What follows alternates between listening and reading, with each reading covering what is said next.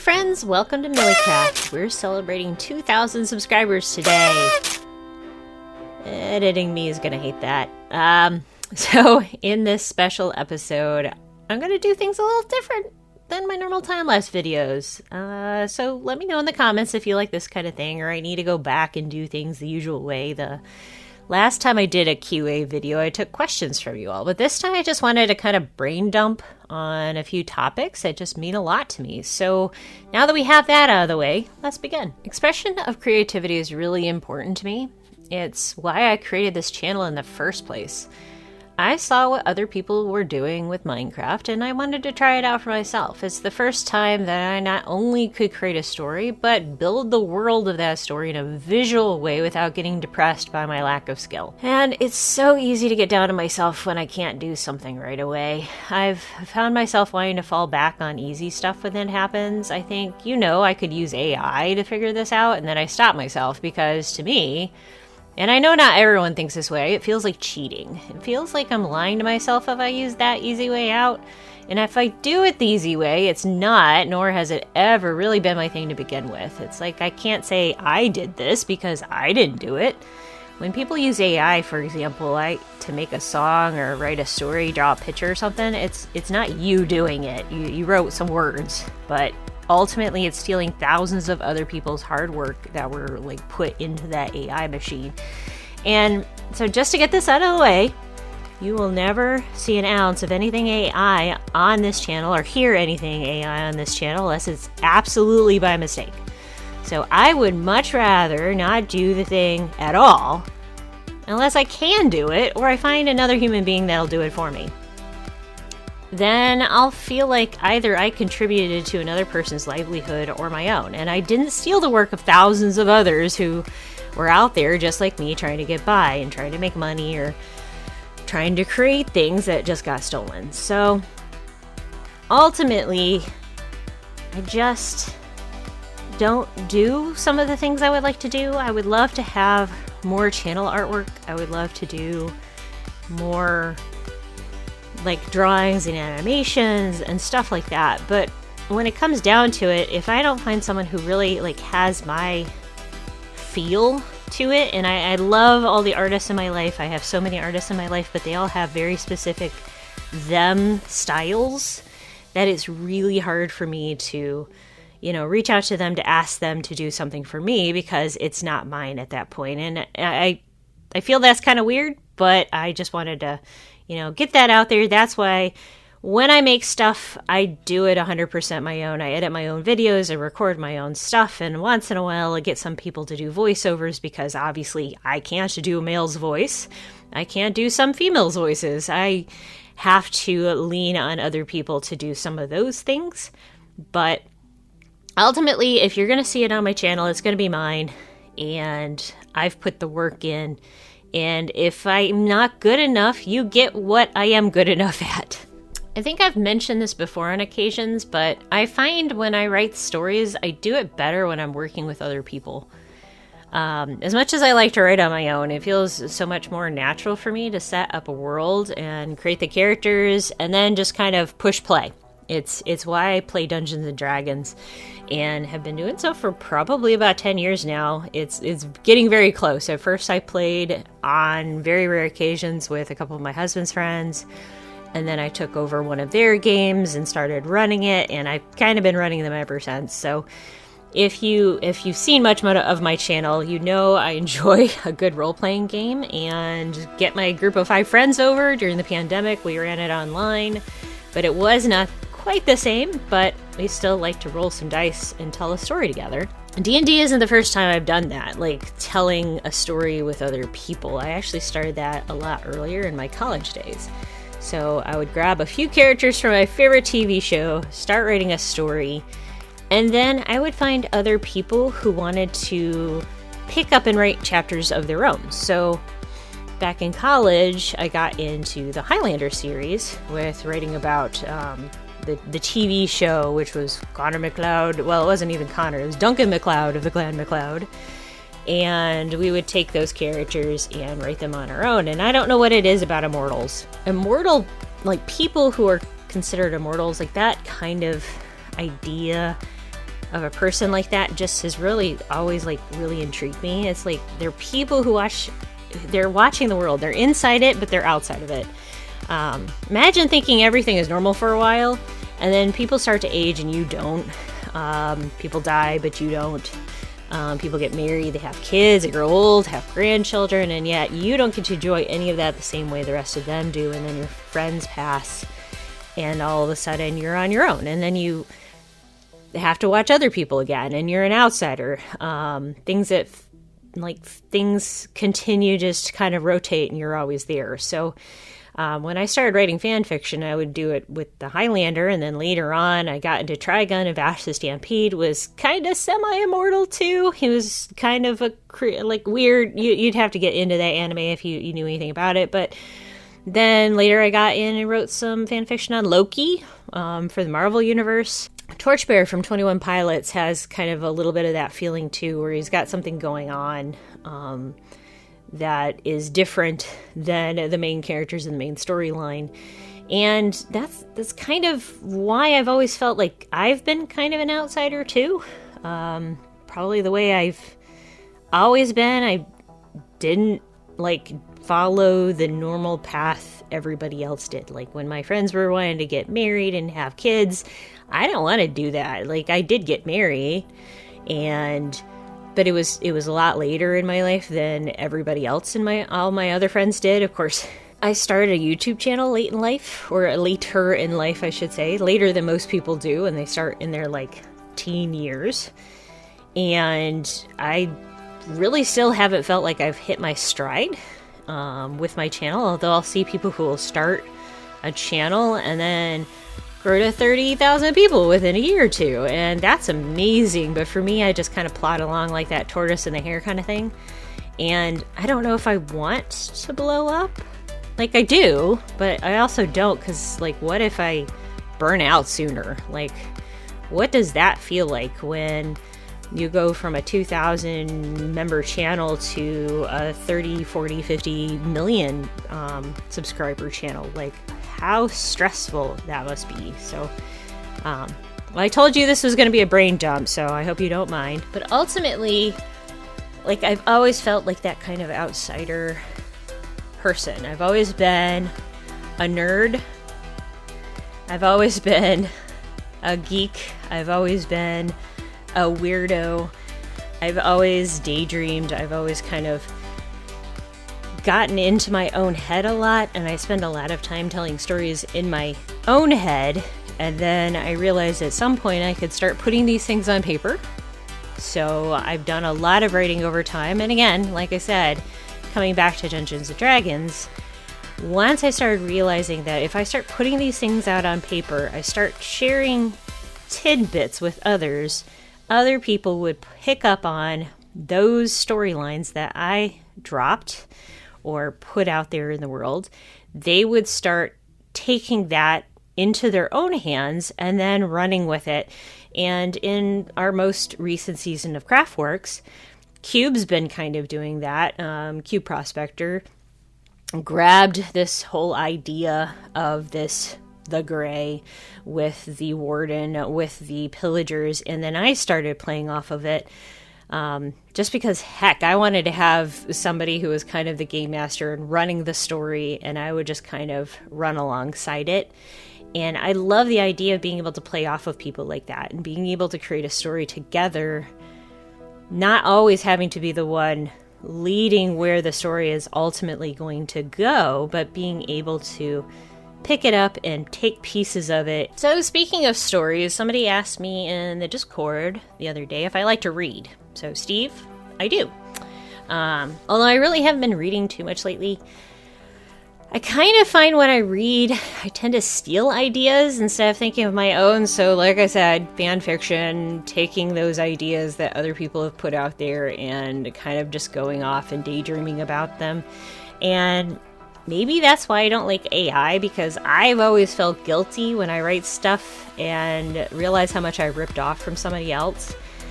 So I never really would put those things out as a book. So not only do I read, but I've written things over the years, And I really take a look at those very deeply when I write. Do I want to put this out in the world, or was it something that I stole from somebody else? So more recently, I've stopped my book pile from growing as largely as it has.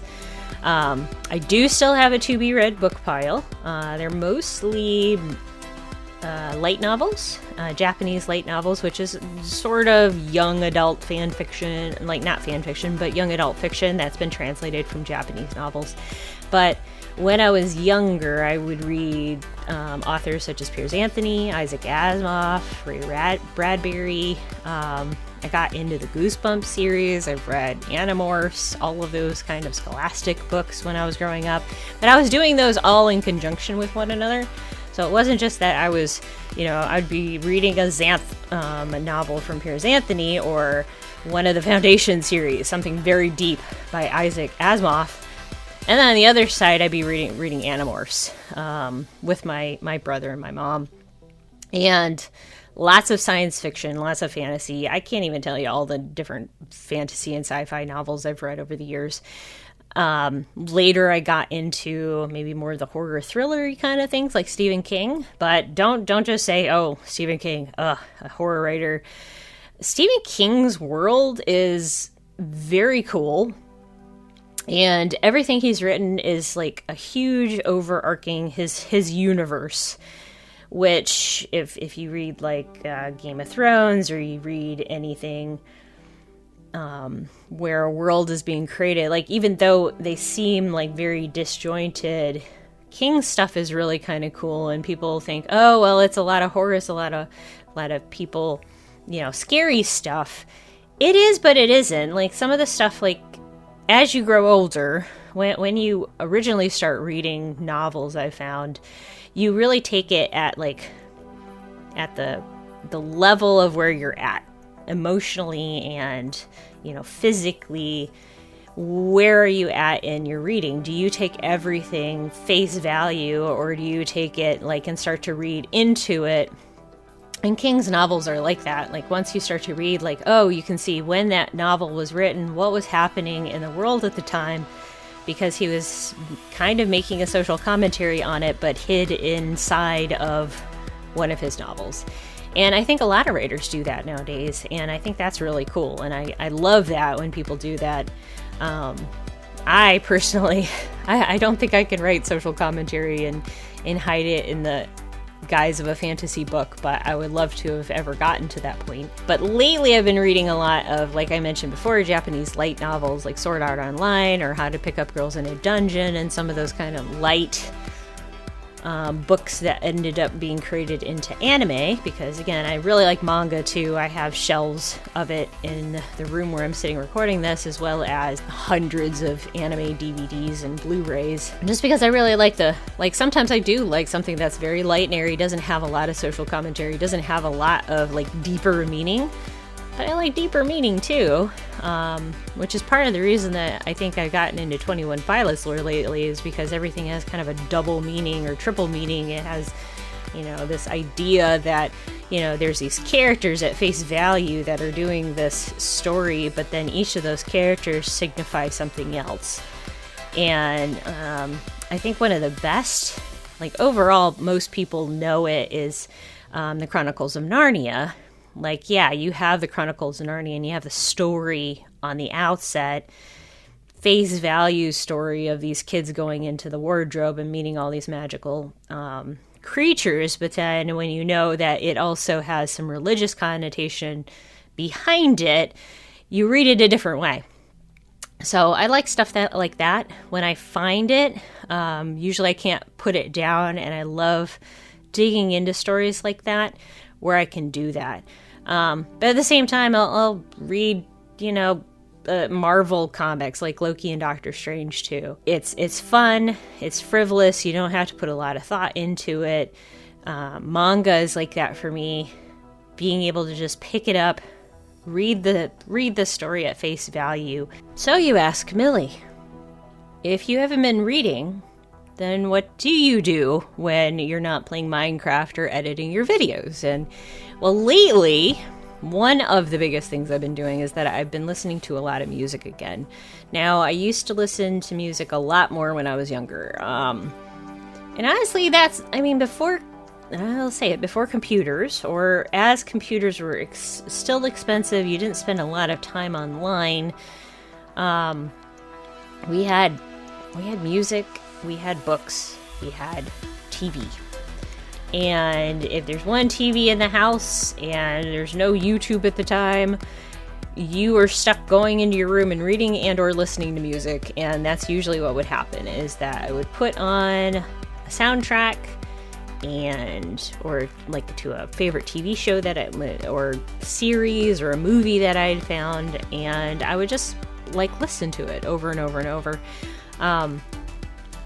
And I used to pick it up because you could find CDs everywhere. You could go to the bookstore and there'd be CDs. You could go to Best Buy, there'd be CDs. You could go to the grocery store, there'd be like a little end cap of CDs. So they were everywhere. Music was everywhere.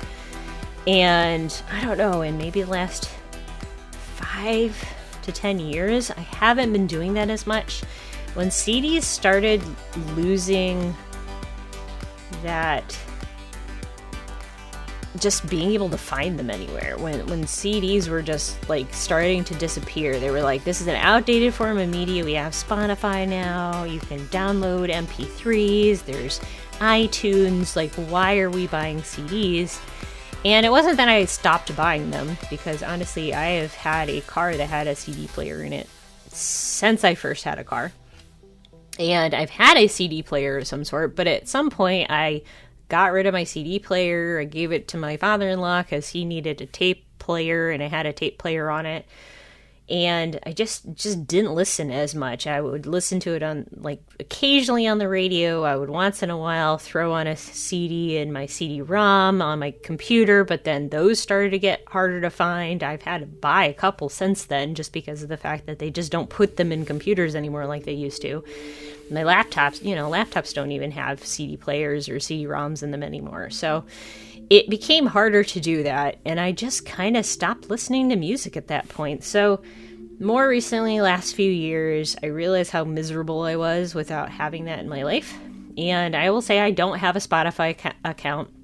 You probably think I'm really weird, but I like to know if I'm putting money to music that the creator of that music, and this probably goes back to AI again too in a little bit of a way, but I'd like to know that that creator got some of my money. Hopefully. Secondary CD markets, probably not so much, but if I can go online and order a CD from that person or from that person's website or that band's website, I'm hoping that they get some chunk of it. At least as directly as I possibly can without going to their concert and buying it directly from them. But I have done that too. One of an early artist that I met in college, Peter Mulvey, I met a couple of times. He was there on the college campus performing, and I would sit there front row, like nobody else would be sitting there listening to him. I would be there all by myself, and I'd buy his CD when he came through. And years later, I found out he's still performing and has a TED Talk and stuff like that. That kind of thing, like, really excites me, to be able to meet an artist, to be able to sponsor them directly. So I think that's one of the reasons that Spotify just doesn't do it for me, I guess. I don't want to spend a whole bunch of money to be able to listen to all these songs once, and then if Spotify decided to get rid of it at some point, they would, you just wouldn't have access to that music anymore. So buying the CDs, buying those tangible things, and then having the MP3s on my computer to listen to when I'm bopping along on Minecraft or something, I have it. And if for some reason that file ever gets corrupted, I will have a backup copy on a CD that I can come back and rip again. So that's why I like to do it that way. I have started to get into vinyl lately as well, which I find is really weird because I had a record player when I was growing up, and I would listen to records to the point where they probably were not playing very well anymore, because obviously as a kid I wouldn't have known how to treat a record besides don't touch the record itself. didn't know all the additional things that come along with vinyl.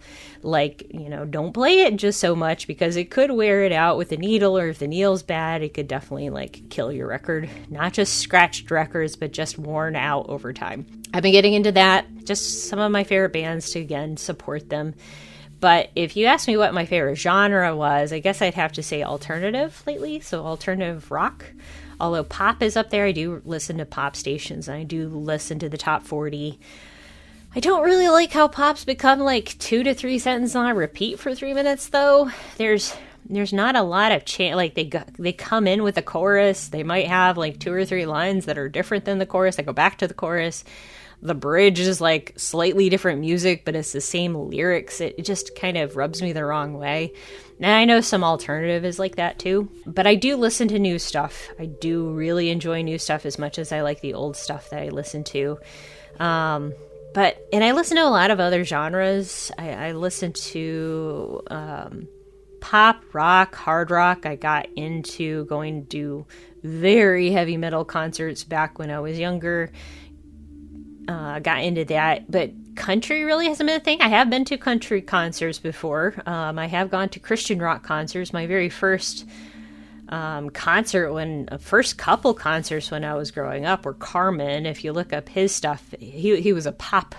He was like Christian pop or rock at the time, although it's so much softer than you would find nowadays. I like music that touches me. It's like inspires me to write stories and imagine places that I've never been to before. I actually really love the Minecraft soundtracks. I mean, I love when I'm doing a build, when I'm doing a time lapse, I will throw on the Minecraft soundtracks, the C418s, alpha and beta albums, Lena Rain, all that kind of stuff, as well as like movie soundtracks. Like Jurassic Park is one of my all-time favorites. John Williams, like as a composer, is absolutely amazing. If you've never listened to any of his stuff, you just didn't realize it. Gonna go over one more thing, see how much more talking I have in me here. Another thing I do in my spare time when I'm not doing Minecraft, when I'm not playing with my friends, when I'm not editing or spending time doing that or listening to music, is when I'm feeling my most depressed.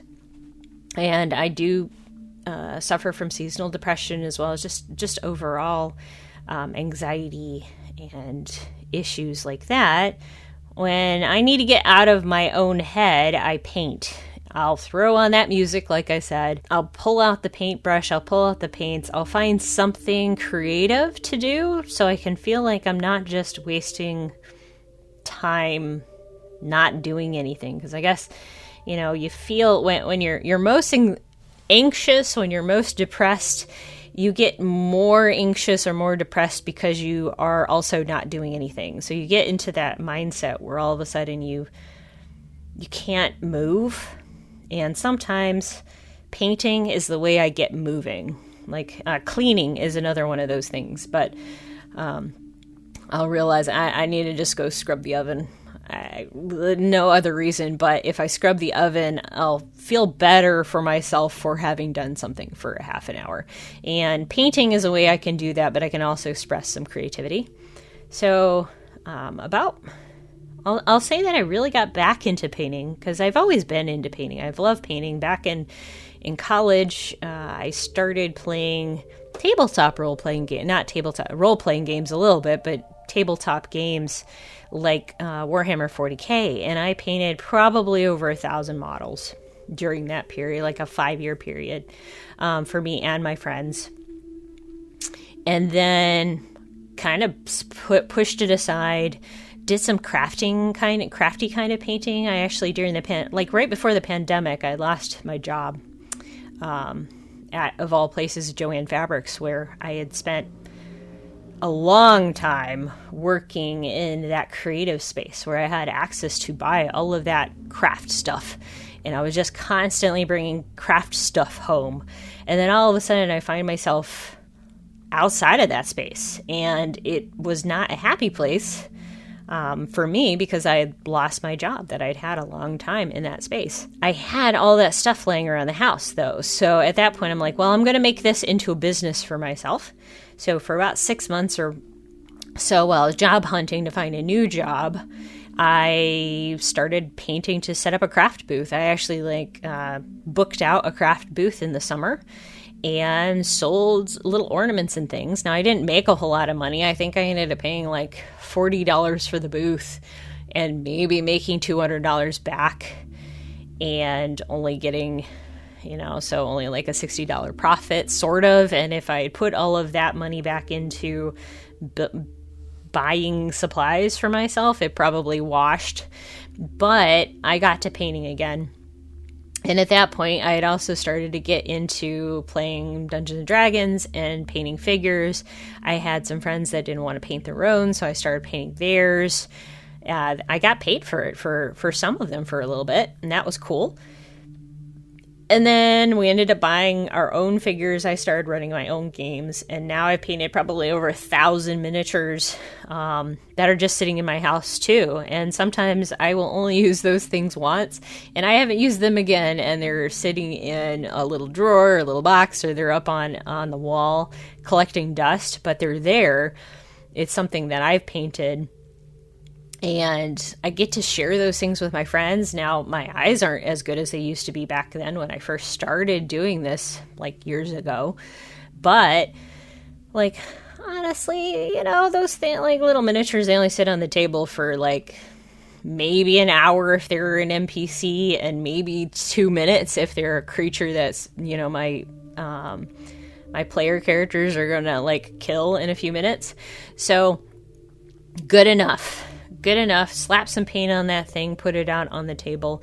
And then some of my larger things that I like to paint, I have posted them online from time to time on my Instagram account. Sometimes I'll share them in the Discord, but larger things like dragons and some ornaments that I've painted, I work on those a little more carefully, but they are bigger and a little easier to see. So yeah, like I said, brain dump kind of episode. I don't know what you just watched while I've been doing this. So full disclosure, I'm recording this on, Saturday, January 24th, 2026. Oh my gosh.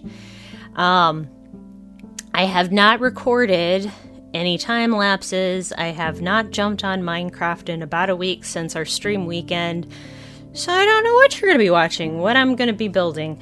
So I hope you enjoyed whatever it was that I built. I hope you enjoyed this little bit of a brain dump to kind of get to know me a little bit better. If you want to have more of these, let me know in the comments below. I kind of did this more like a podcast. I'm literally staring at kind of a cheat sheet list to get my brain flowing and the sound recorder. And that's all I've been staring at this whole time. If you like this kind of thing, you liked it, leave me a comment, subscribe, ring the notification bell.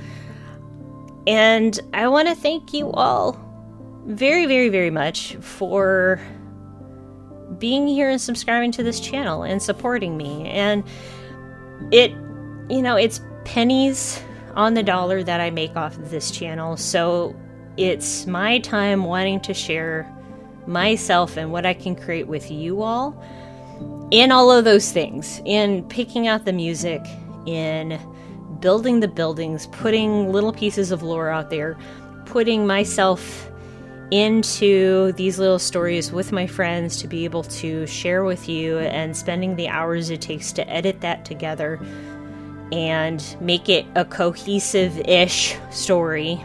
And yeah, I rush my editing. I don't spend months doing a single video. And it's not that I can't do that. It's that I don't like...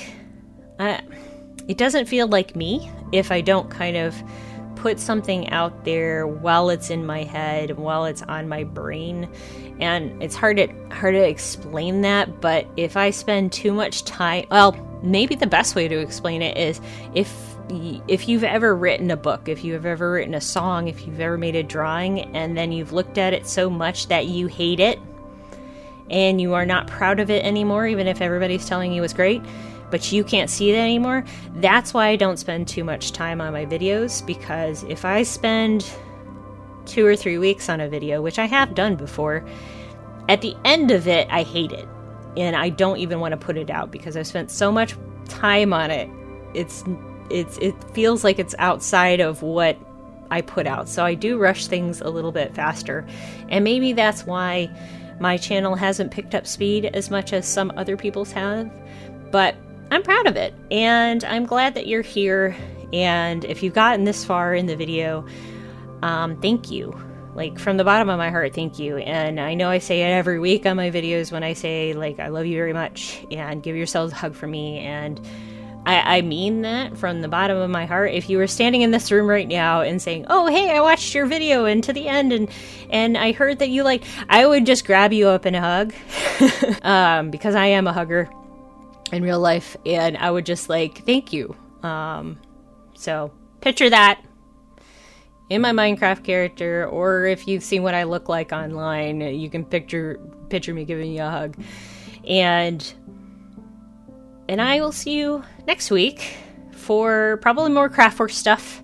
And I will probably have another tutorial coming out. I am already setting up some stuff for a shelf video, but it is one of those videos I'm going to spend a little bit more time on. Just because I want to have as many ideas for you as possible. So I want to share that with you in as careful and as well thought out of as a way as I can stand it before I don't like it anymore.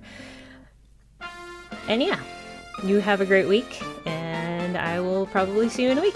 Or I'll see you on our Discord, which links down in the doobly-doo. Have a great one. Bye, everybody.